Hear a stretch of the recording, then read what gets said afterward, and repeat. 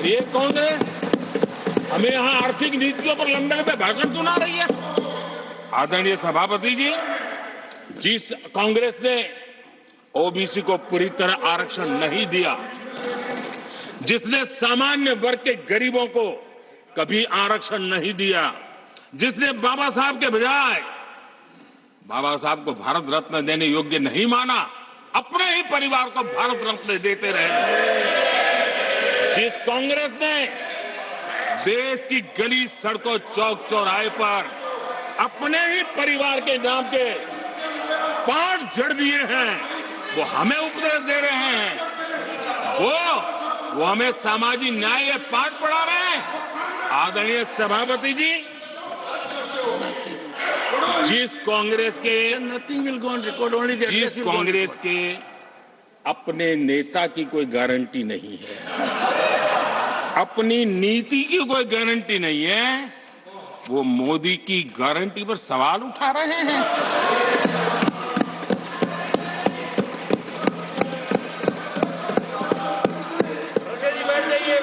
आदरणीय सभापति जी, आदरणीय सभापति जी, यहां एक शिकायत थी,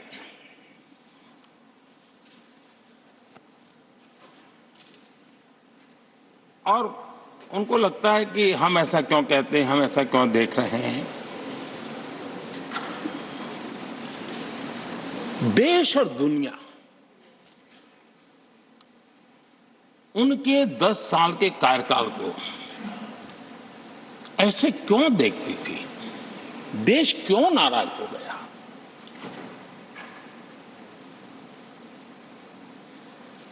इतना गुस्सा देश को क्यों आया। आदरणीय सभापति जी, हमारे कहने से सब नहीं हुआ है, खुद के कर्मों के फल और अब तो सामने रहते हैं, वो कोई दूसरे जन्म में नहीं होते हैं, इसी जन्म में है। आदरणीय सभापति जी, कुछ हम किसी को बुरा नहीं कहते, हमें क्यों कहना चाहिए। जब उन्हीं को लोगों ने बहुत कुछ कहा हो तो मुझे क्या कहने की जरूरत है। मैं एक वक्तव्य सदन के सामने रखना चाहता हूं। मैं पहला कोट पढ़ रहा हूं। सदस्यगण जानते हैं, ये कोटेशन है, सदस्यगण जानते हैं कि हमारी ग्रोथ धीमी हो गई है और फिस्कल डेफिसिट बढ़ गया है। महंगाई दर बीते 2 वर्षों से लगातार बढ़ रही है। करंट अकाउंट डेफिसिट हमारी उम्मीदों से कहीं अधिक हो चुका है। ये कोट मैंने पढ़ा, ये किसी भाजपा के नेता का कोट नहीं है, नहीं ये कोट मेरा है। आदरणीय सभापति जी, यूपीए सरकार के 10 साल पर तत्कालीन प्रधानमंत्री आदरणीय पीएम के रूप में रहे श्रीमान मनमोहन सिंह जी ने कहा और खुद के कार्यकाल में कहा, ये हालत थी, उन्होंने वर्णन किया था। आदरणीय सभापति जी, अब मैं दूसरा कोट पढ़ता हूं, देश में व्यापक गुस्सा है, पब्लिक ऑफिस के मिसयूज को लेकर भारी गुस्सा है। इंस्टीट्यूशंस का मिसयूज कैसे होता था, ये उस समय ये भी मैंने नहीं करा, ये उस समय के प्रधानमंत्री पद पर डॉक्टर मनमोहन सिंह जी कह रहे थे। उस समय भ्रष्टाचार को लेकर पूरा देश सड़कों पर था, गली गली में आंदोलन चल रहे थे। अब मैं तीसरा कोट पढ़ूंगा।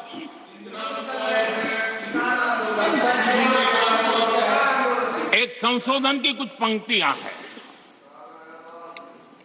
इसको भी आप सुनिए। टैक्स कलेक्शन में भ्रष्टाचार होता है।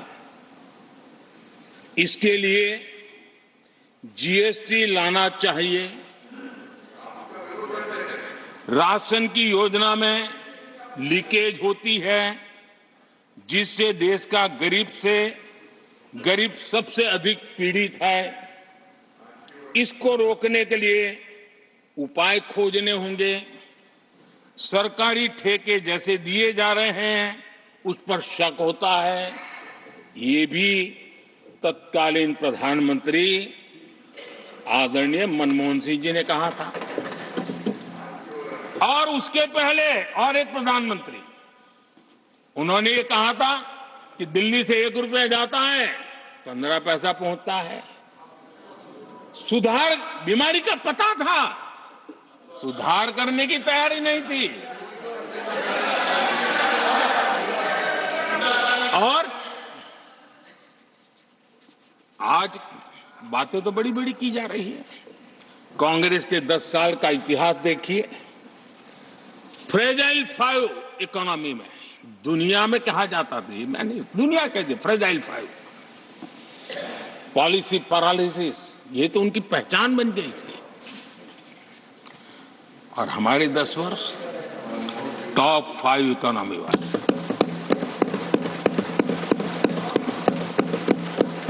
हमारे बड़े और निर्णायक फैसलों के लिए 10 साल याद किए जाए। आदरणीय सभापति जी, हम उस कठिन दौर से बहुत मेहनत करके, सोच समझ करके देश को संकटों से बाहर लाए हैं। ये देश ऐसे ही आशीर्वाद नहीं दे रहा है। आदरणीय सभापति जी,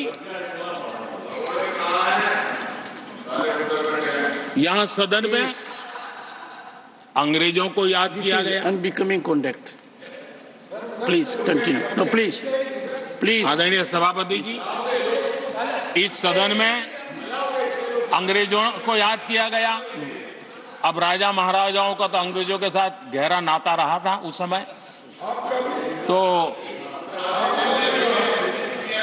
अब मैं जरा पूछना चाहता हूं कि अंग्रेजों से कौन इंस्पायर्ड था।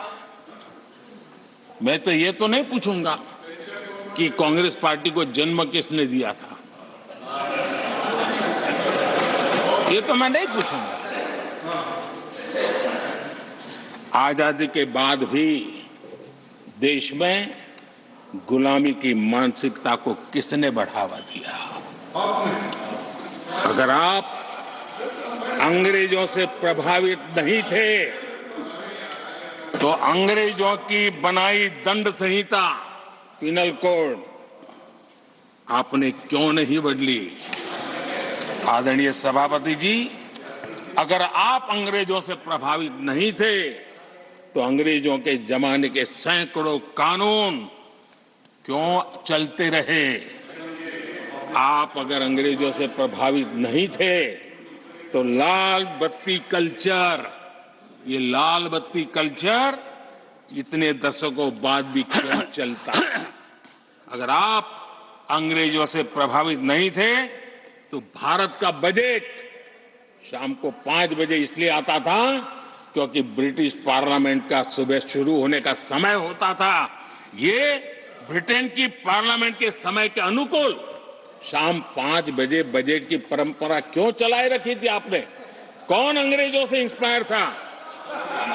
पर आप अंग्रेजों से प्रेरित नहीं थे तो हमारी सेनाओं के चिन्हों पर आज भी गुलामी के प्रतीक अब तक क्यों बने हुए थे? हम एक के बाद एक हटा रहे हैं। अगर आप अंग्रेजों से प्रेरित नहीं थे तो राजपथ को कर्तव्य पथ बनने के लिए मोदी का इंतजार क्यों करना पड़ा? आदरणीय सभापति जी, अगर आप अंग्रेजों से प्रभावित नहीं थे तो अंडमान और निकोबार, इन द्वीप समूहों पर आज भी अंग्रेजी सत्ता के निशान क्यों लटके पड़े थे?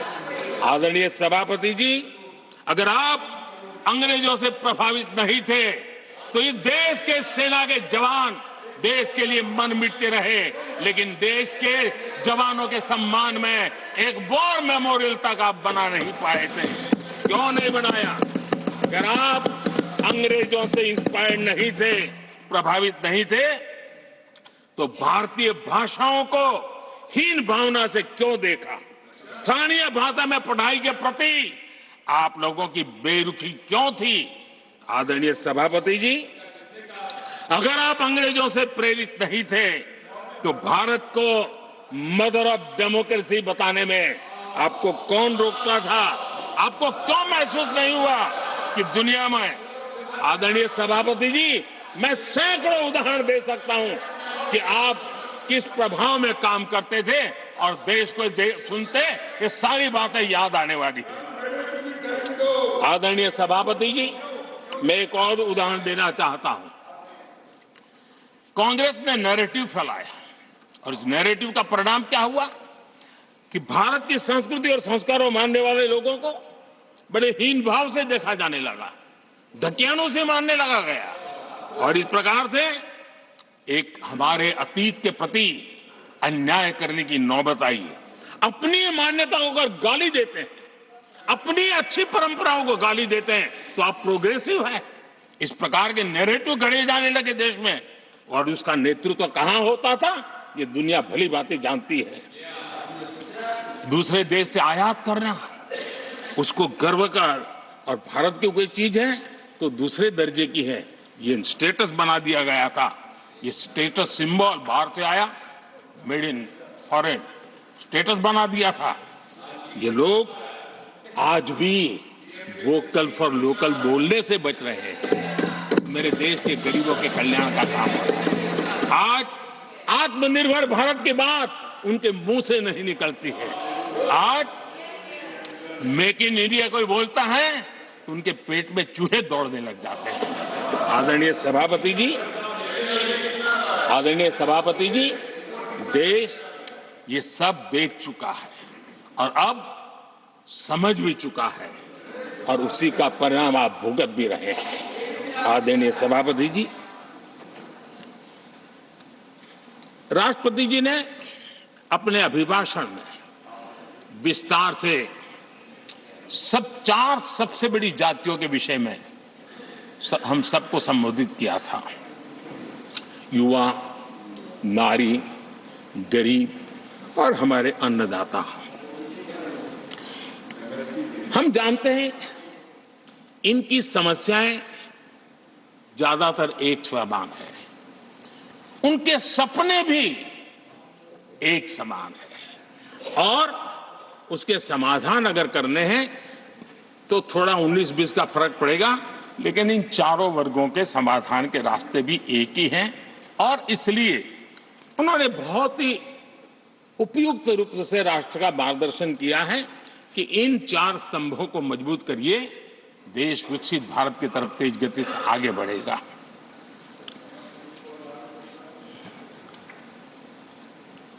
आदरणीय सभापति जी, अगर हम 21वीं सदी में हैं, हम विकसित भारत के सपने को इसी सदी में 2047 तक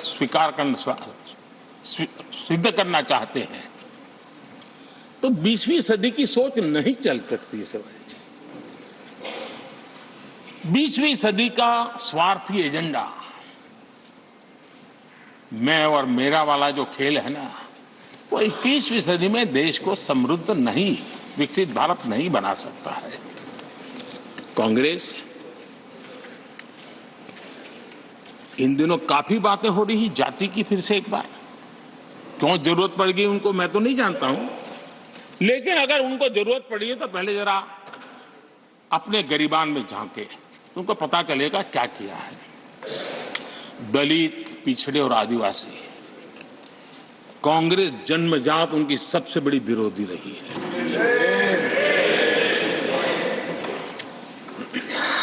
और मैं तो कभी कभी सोचता हूं, अगर बाबा साहब न होते ना, तो शायद कि एससी एसटी को आरक्षण मिलता कि नहीं मिलता, ये भी मेरे मन में सवाल उठता है। आदरणीय सभापति जी, और मैं ये कह रहा हूं, इसके पीछे मेरे पास प्रमाण है।